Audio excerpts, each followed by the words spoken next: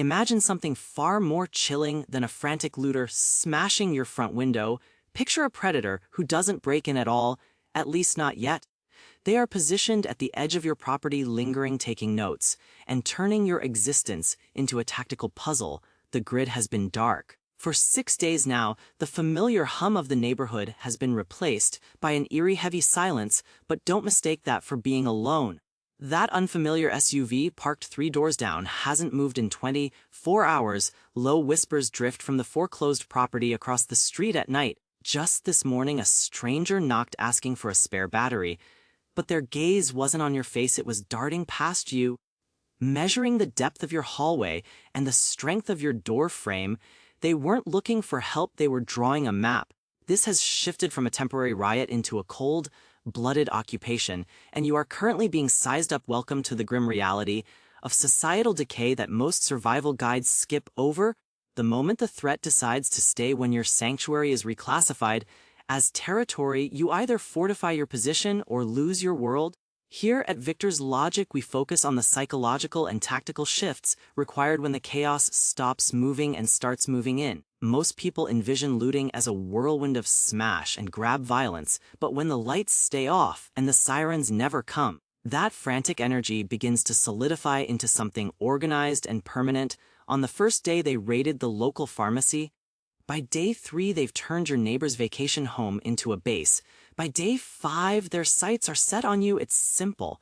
You still have a sense of structure, you have resources. In a world defined by rubble, a well-maintained home looks like a treasure chest.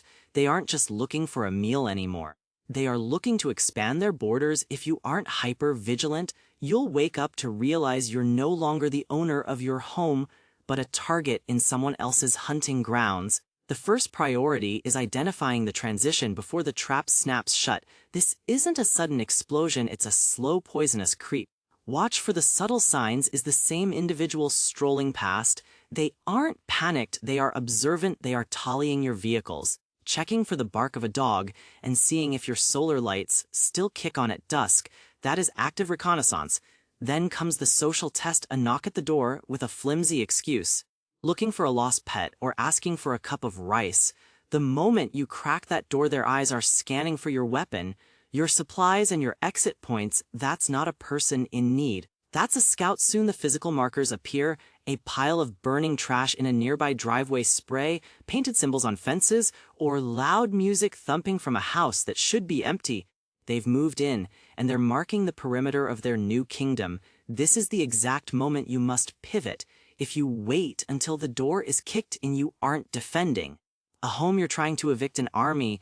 Your second objective is to project a zero-return environment. Your goal isn't just to be safe, it's to look like a nightmare. You want to be the most expensive target on the block. Shield your windows with total blackout materials. If they can't see the prize, they won't take the risk. Stop the aroma of comfort. Cooking smells can drift for blocks and act as a dinner bell for the desperate. Hide every scrap of waste.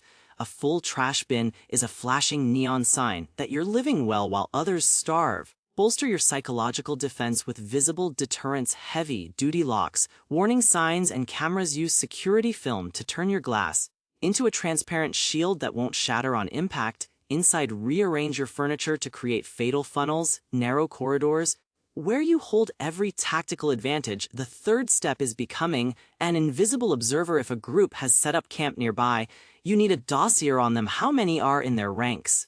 What is their shift rotation? What kind of heat are they packing? You gather this data without ever showing your silhouette.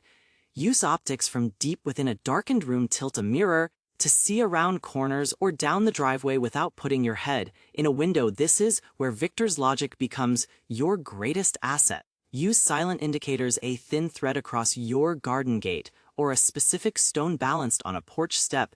If it's disturbed, you have proof of a trespasser. Use flour or ash across doorways at night to catch footprints. Silence is your primary weapon. No heavy footsteps, no shouting, and no slamming cupboards. If you use comms, keep it brief. And cryptic status: green means all clear, option X means lockdown.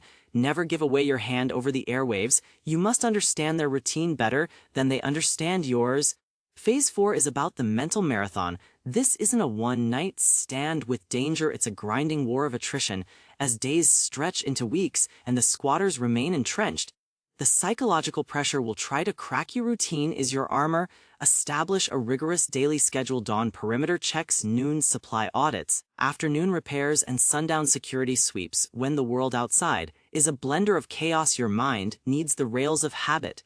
To stay sane, you will be terrified, you will jump at every settling floorboard and shadow. Accept it, but don't let it pilot the ship. Stay clinical and precise if you are with a group. Remember that your composure is infectious. If you keep your head, they will keep theirs. That is the essence of survival leadership. The fifth stage is the immediate proximity standoff. The nightmare scenario is when the threat moves into the house directly next to yours. The danger is no longer down the street, it's 30 feet away, potentially listening to you through the drywall. You must adapt instantly. Cease using any part of your home that offers a line of sight. Use mirrors or attic vents to peek outside if you have a reliable ally left in the area. Establish a non-verbal signaling system.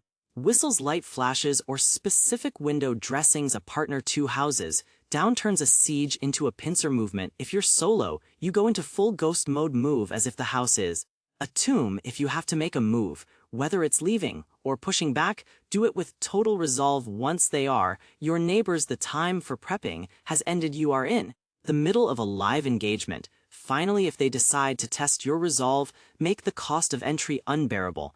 Sometimes, despite your best efforts to be a ghost, they come for you anyway.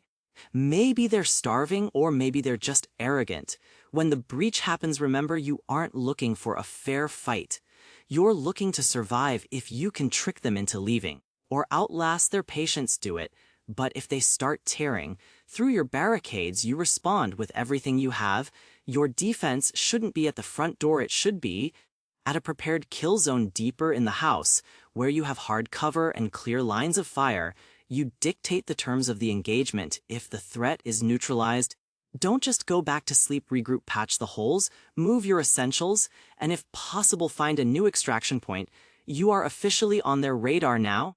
This system works because of the friction principle. Effective defense isn't a single silver bullet, it's a series of hurdles. Humans are naturally inclined to take the path of least resistance. Every lock, every blackout curtain, and every hidden footprint adds a layer of doubt to the predator's mind. A reinforced frame buys you a minute, an alarm buys you awareness. A choke point buys you the win. By stacking these layers, you convince the enemy that you aren't worth the blood they'll have to spill to get to you. You survived because you were more calculated, more disciplined, and more stubborn than the chaos at your door. Rely on Victor's logic to keep that edge sharp, and you'll be the one standing when the dust finally settles.